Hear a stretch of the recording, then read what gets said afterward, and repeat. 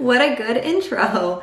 Today marks 1 year since our successful frozen embryo transfer. Miss Olivia Grace Nogueira was our final embryo that we had from our only IVF cycle, and she was a success. So I figured it was about time I sat down and just told you what her birth story, I know, how do I say that? Is it our birth story? Like, you came out of me, but girl, I went through it.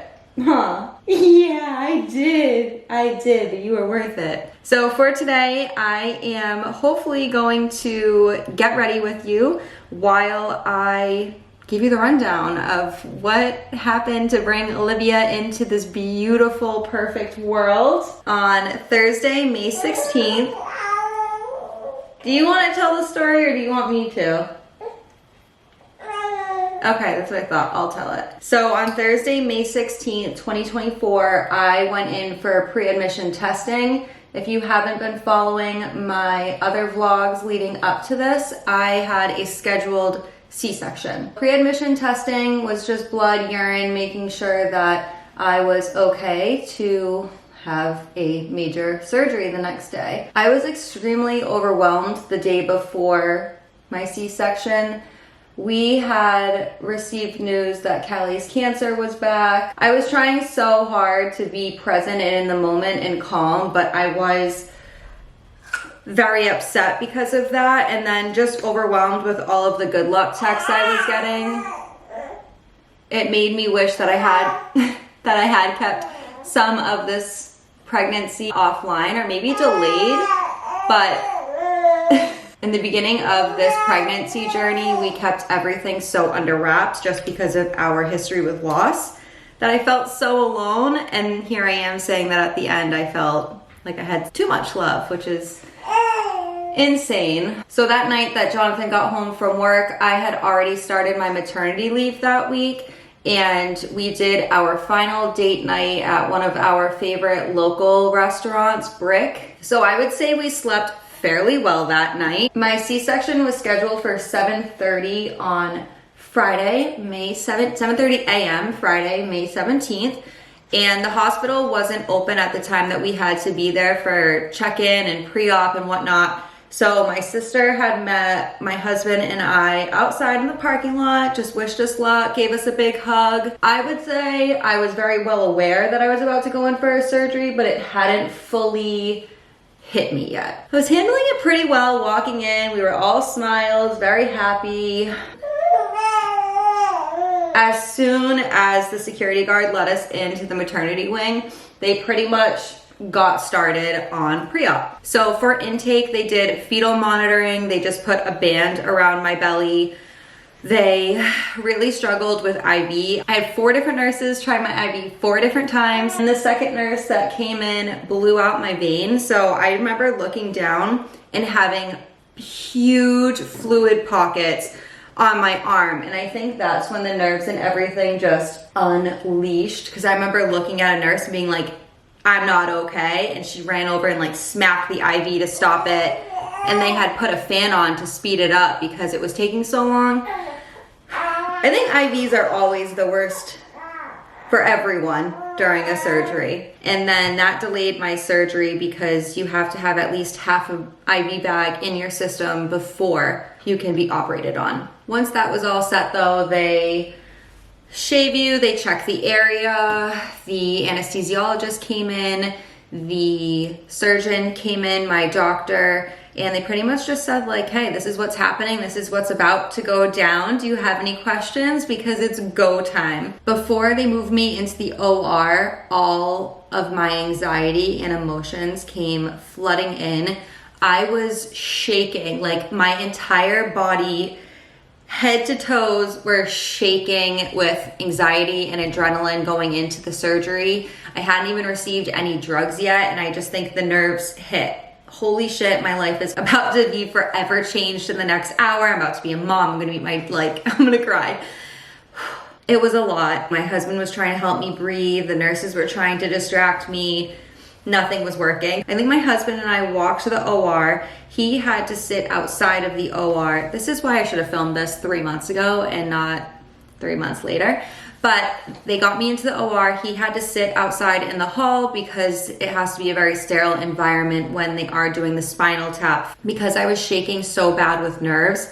I don't want to say it was hard for her to do it, but it did take maybe like 15 to 20 minutes. One, you have a giant ass belly because you're pregnant, and you have to hunch over as much as possible with your chin to your chest and make your spine stick out, but I was shaking. So she has this needle that she's trying to get in between vertebrae, and I'm just shaking. She missed it the first time, and she was asking me if I could feel the needle on either side of my spine, and I could, so she had to redo it. It didn't hurt. I don't even remember it, honestly, so it couldn't have been that bad.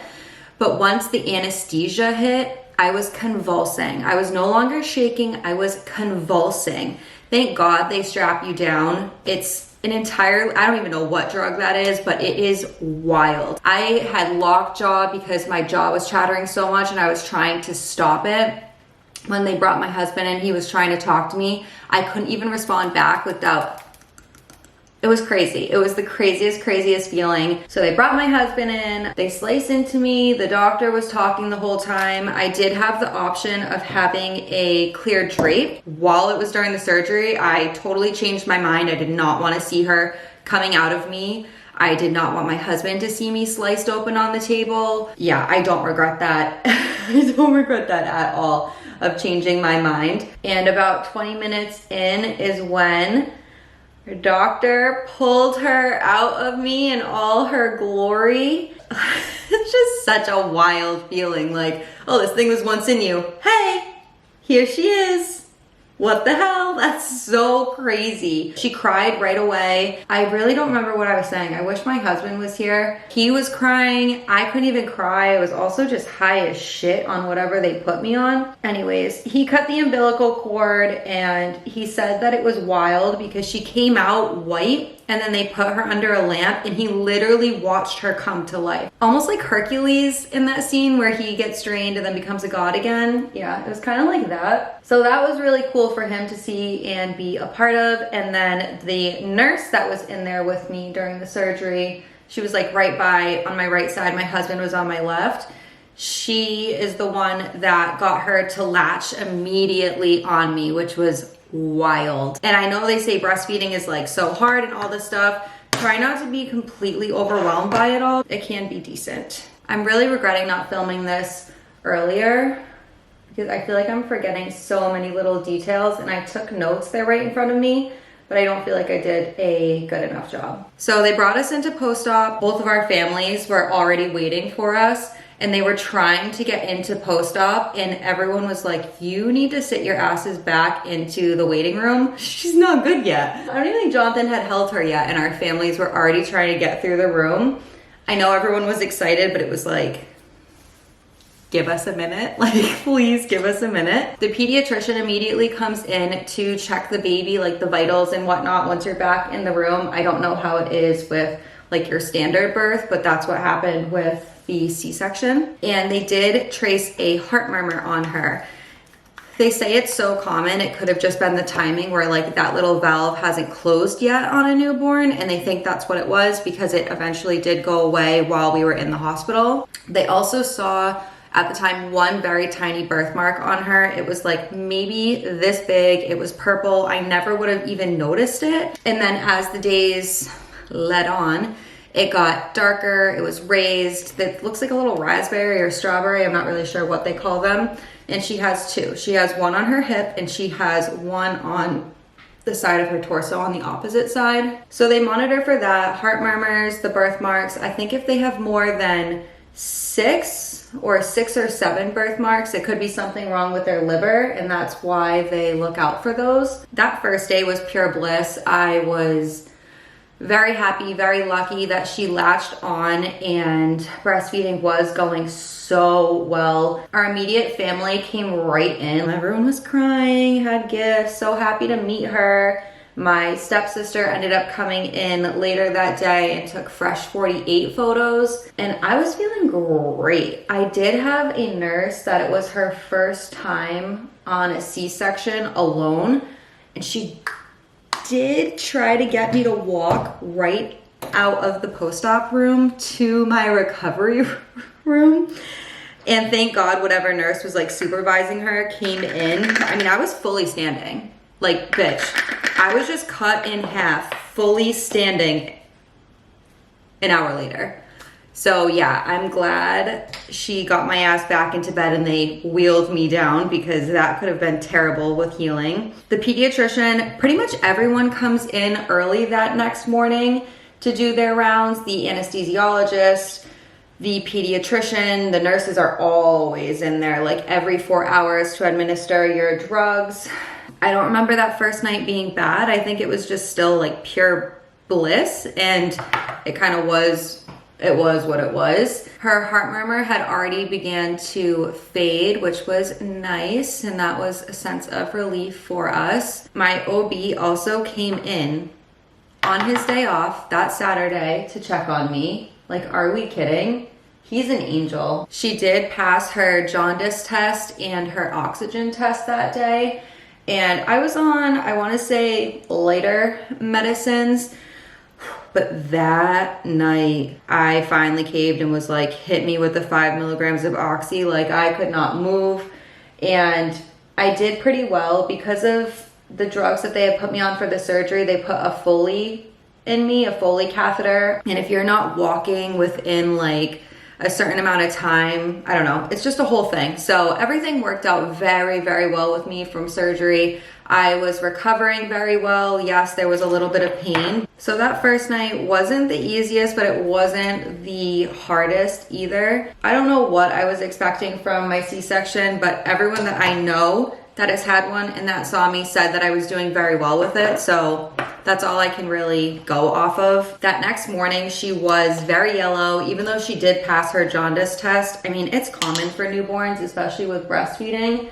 They're not getting the sun exposure and the iron. And she did pass her hearing test, which was nice, obviously. The nursing bra that I had purchased didn't fit. I know they say to size up, but I was like, nah, my boobs are already so big. I don't need to size up. Size up. I became so engorged, and then her just cluster feeding on top of that was so painful. She was screaming bloody murder that I never in my wildest dreams thought that I would let anyone I didn't know touch my daughter. And a nurse came in to check on us and was just like, do you want me to take her? And I said, you will do that? Please take her. Please take her. She took her for 45 minutes, let us sleep.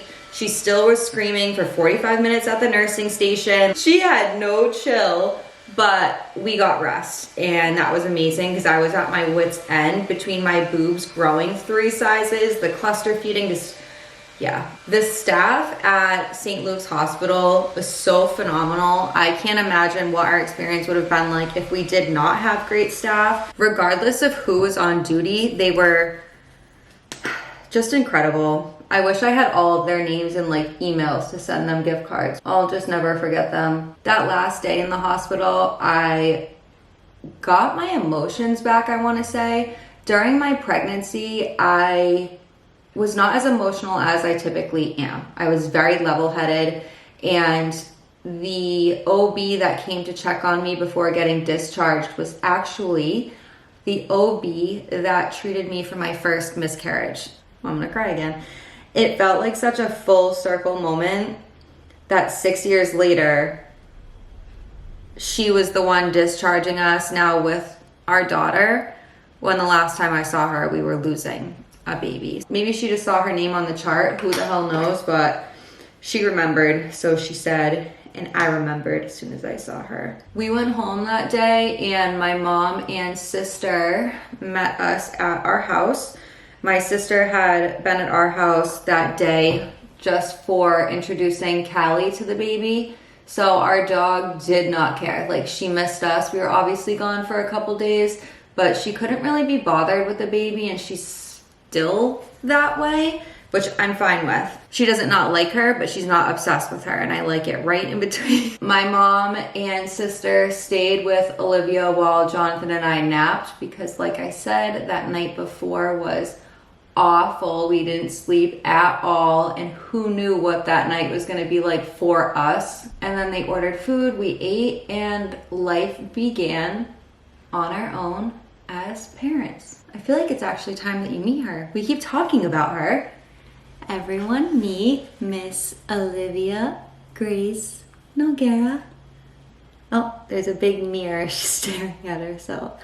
She is 14 weeks old, can hold her head up, is very vocal, loves going on walks, loves sleeping 12 hours through the night. She is very sweet, very strong. She's perfect.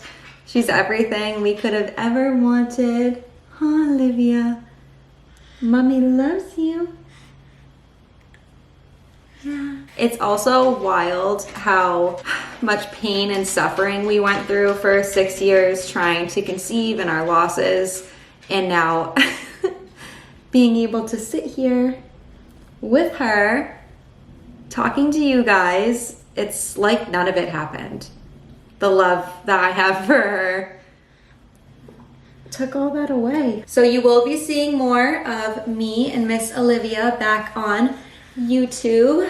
Lots of fun stuff to come. Thank you for being with me in this long journey, supporting us. I appreciate it more than you'll ever know. I think it's time for a bottle. I will see you guys in the next video.